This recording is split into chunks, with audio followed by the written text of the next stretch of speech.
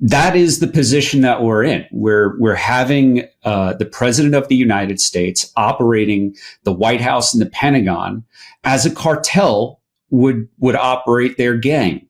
The one profession in the Constitution that is protected is that of journalists. Freedom of the press is in the First Amendment, and that was deliberate. That was the founders understood the importance of not just of freedom of speech, but of journalists to do their jobs, to investigate wrongdoing by powerful public officials and to hold them accountable by showing a spotlight on it. And, Donald Trump, Pete Hegseth, JD Vance, and Elon Musk have done a really good job of covering up that spotlight.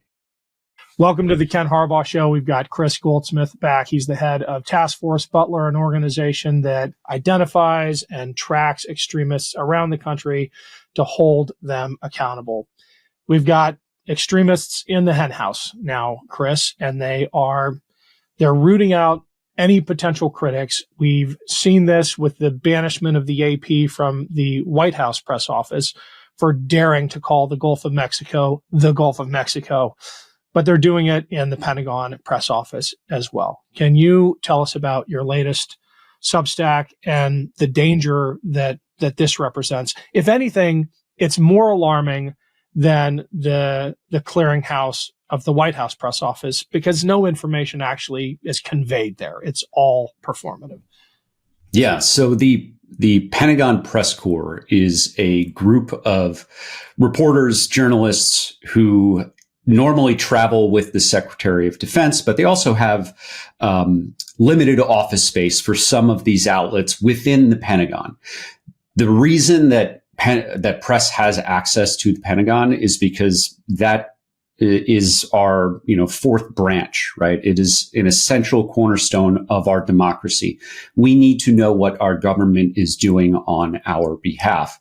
And Barbara Starr, who I believe led the Pentagon Press Association for a while, wrote in the Columbia Journalism Review about how it's essential that we get real journalists into the Pentagon because we are going to send troops to war. Again, it is going to happen. We are not living in a time of eternal peace.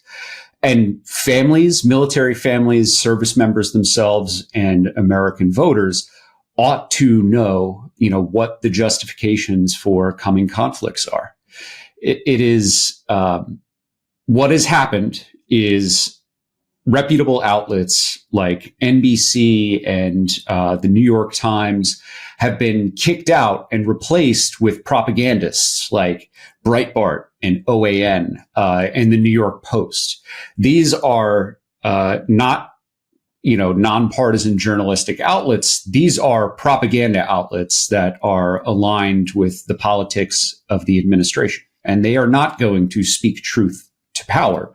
In fact, we saw the mistakes of real credible journalists in the lead up to, the war in Iraq, right? That is why this is so important. We cannot have just propagandists in there. Yeah, I don't want to diminish the importance of the White House press corps and that exercise of give and take between the administration and the fourth estate, the media. But when it comes to matters of life and death, yeah, there are some that occasionally arise to that level. You saw that during COVID, of course, but on an almost daily basis, like in the Pentagon briefing room, information is being conveyed that has to do with the life and death of our brothers and sisters and sons and daughters serving in uniform, and whether or not we decide to go to war. It really is the most important press space in the country. Yeah, the Pentagon Press Association is the eyes and ears of the American public on the matters of warfare, of, like you said, life and death. And also it's the biggest department in government. Notably, it's the one that Elon is not messing with his doggy committee. But, it is the place that military families are going to for the truth about what is going to happen to them and their service members. Was there a particular transgression, I should put that in air quotes, committed by one of these press organizations that led to the banishment, like when the AP refused to rename the Gulf of Mexico the Gulf of America? Or is it just part of a broader strategy to purge any potential critics and replace them with mouthpieces for Pentagon and administration propaganda? So the Pentagon and the White House have said that this is just part of a normal rotation. Getting these highly reputable outlets out and replacing them with propagandists is just coincidence. The White House and the Pentagon threw in HuffPo or Huffington Post into one of these slots that opened up because they purged the New York Times, NBC, and other credible outlets. And, the way that the Pentagon is hoping that Americans interpret this is, oh, look, it's fair. There's 3 right-wing propagandists, and then there's this famously left-wing HuffPo in there. HuffPo doesn't have a dedicated Pentagon reporter. They don't have someone to send right now. And they did not before they found out from a memo that was sent out from the new press secretary at the Pentagon that now they're going to get space in the Pentagon. Yeah, I got to be honest. I used to write for HuffPo. I wasn't even sure they were still around. Like, if you're kicking out the New York Times, which invests millions in rigorous reporting for all its faults, right? The New York Times is a reporting organization, and you're giving that up to One American, OAN, or HuffPo. It is a slap in the face to actual journalism. Yeah, I don't talk about my wife much on any show, right? But my wife is a journalist. She was a co-founder of Task and Purpose, which does have a Pentagon reporter. We have friends who are in that room. I've been interviewed by a lot of the journalists who are part of the Pentagon press corps. So this is something that matters deeply to me. It's not just theoretical. This is, these are people whose reputations I know personally. These are people who I know to be veterans in many cases, or military families. These are people with the utmost professionalism and ethics that you could possibly get reporting on anything. And to have them sidelined in favor of a bunch of know-nothing propagandists is not just bad for the country, but it's personally insulting to me and anyone who's ever served. This all sounds very theoretical, but could you give us a scenario that might make it seem real? And this could be 2 weeks down the road, right? What happens if, let's say, I'm going to give you a ridiculous one, make it serious. If the Pentagon says Greenland has a stray nuke, we have to invade Greenland, right? There's a difference between having real reporters in the room and sycophants in the room. But what is your nightmare scenario with having an unaccountable Pentagon? Yeah, so I think when someone watches television and they see a Pentagon press correspondent, someone like Barbara Starr used to be for CNN. She had done that for decades. They know when, the Trump administration, the Biden administration, or the Obama administration were talking about, what was going to happen in the Middle East. We as viewers know that Barbara Starr knows when they're bullshitting them, right? If you take any random journalist off the street and make them a Pentagon reporter, as will be the case with HuffPo, right? They did not have a Pentagon reporter.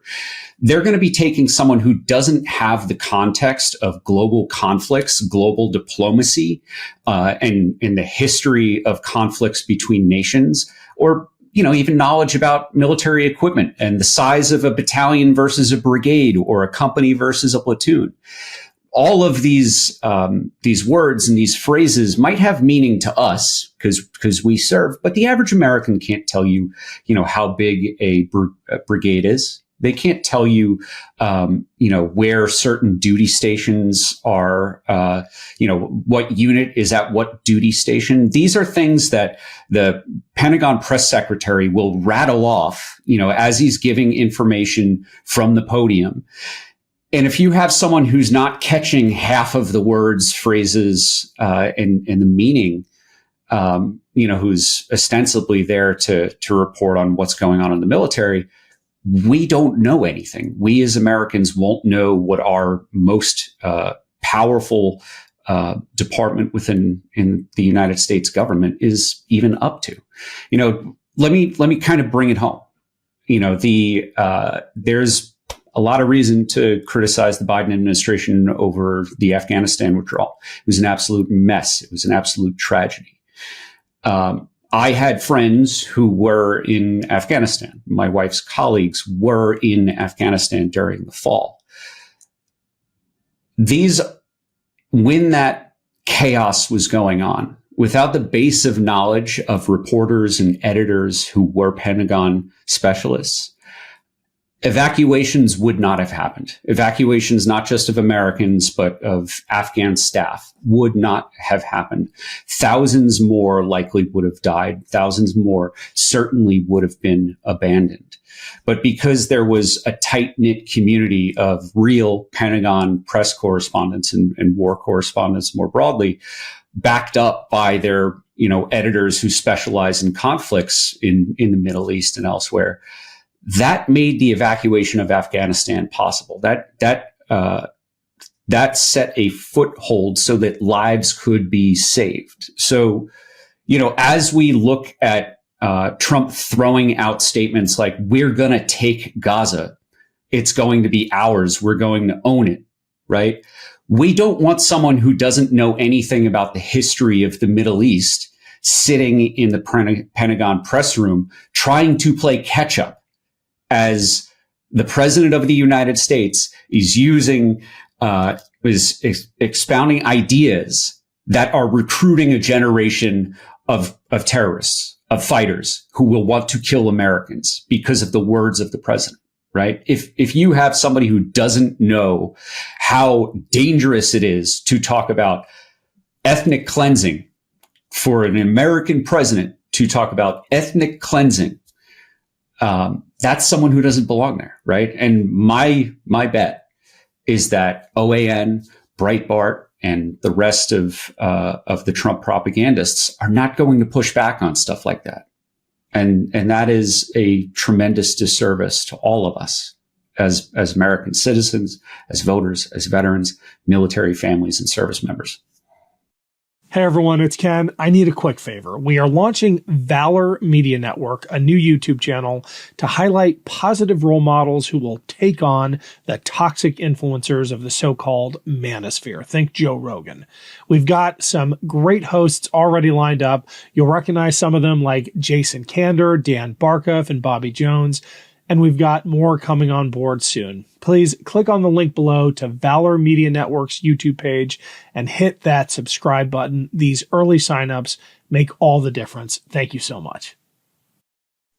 I think you're right to highlight the trade of ignorance for competence. That's what we're seeing. But I think there's something else at work, which in the long run will be even more insidious. And it's, in addition to the lack of competence and the ignorance of these second-rate reporters and journalistic outfits that are filling those seats, it's what I anticipate to be their willingness to go along with the propaganda and the lies. I'm trying to imagine a Pentagon paper situation a year from now with Breitbart and OAN as the conduit for that kind of vital information that needs to make it to the American people. Yeah, we're living in a time when the government of Germany is coming out and saying that never again, racism, never again hate, never again National Socialism, right? That is a response from our vice president J.D. Vance going over to Germany and lecturing Europeans on what his idea of free speech is.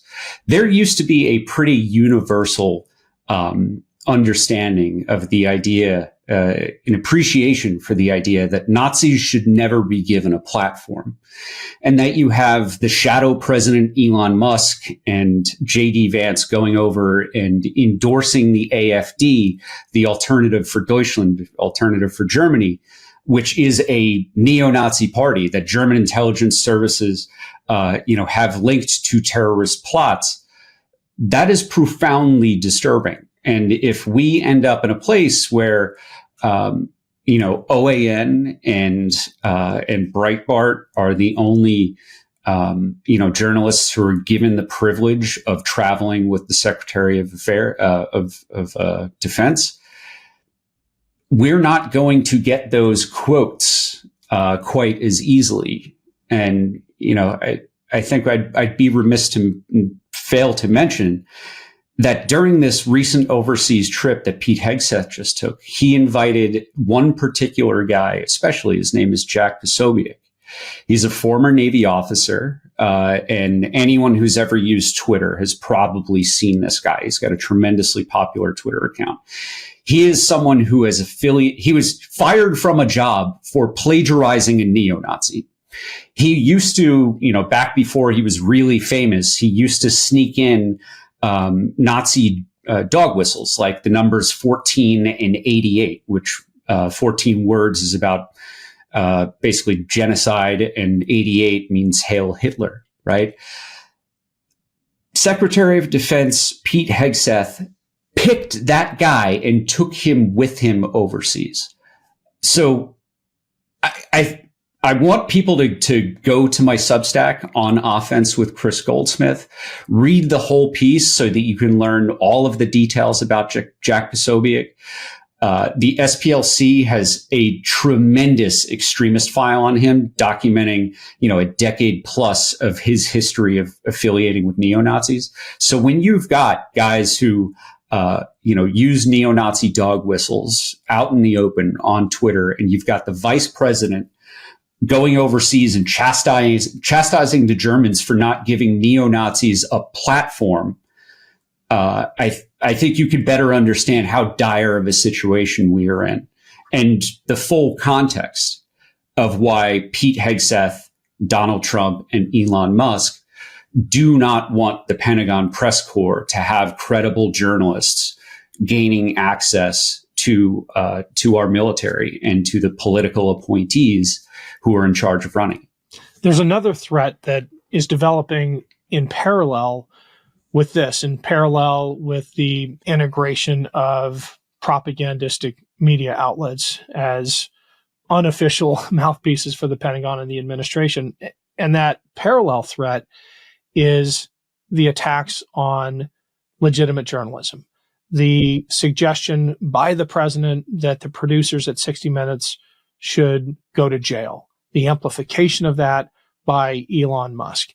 You pair the very real fear among credible, hardworking, values-driven journalists today with their replacement by these propagandists, and you've got, you've got a recipe for disaster. Yeah, and we've got billionaires who had been sued by Donald Trump at ABC and Meta and Facebook, Mark Zuckerberg. And after Donald Trump won his reelection, they were just like, all right, it doesn't matter that this absolutely has no standing. We're going to give Donald Trump personally millions of dollars to settle these claims because we aren't interested in fighting the sitting president in court, because they know that Donald Trump would use the office to punish them. I would also submit that their capitulation on that was perhaps less a way to settle those suits than a way to give Donald Trump money and find an excuse to do it. Like, what better way for ABC to give Donald Trump a $15 million bribe than to say it's the result of a lawsuit settlement? I think you're right. and this bribe happened like bribes from the mafia in movies work, right? Like it's not really a bribe that they're just giving up. It's because they understand if they don't, their store is not going to be protected anymore, right? That is the position that we're in. We're having the president of the United States operating the White House and the Pentagon as a cartel would operate their gang, right?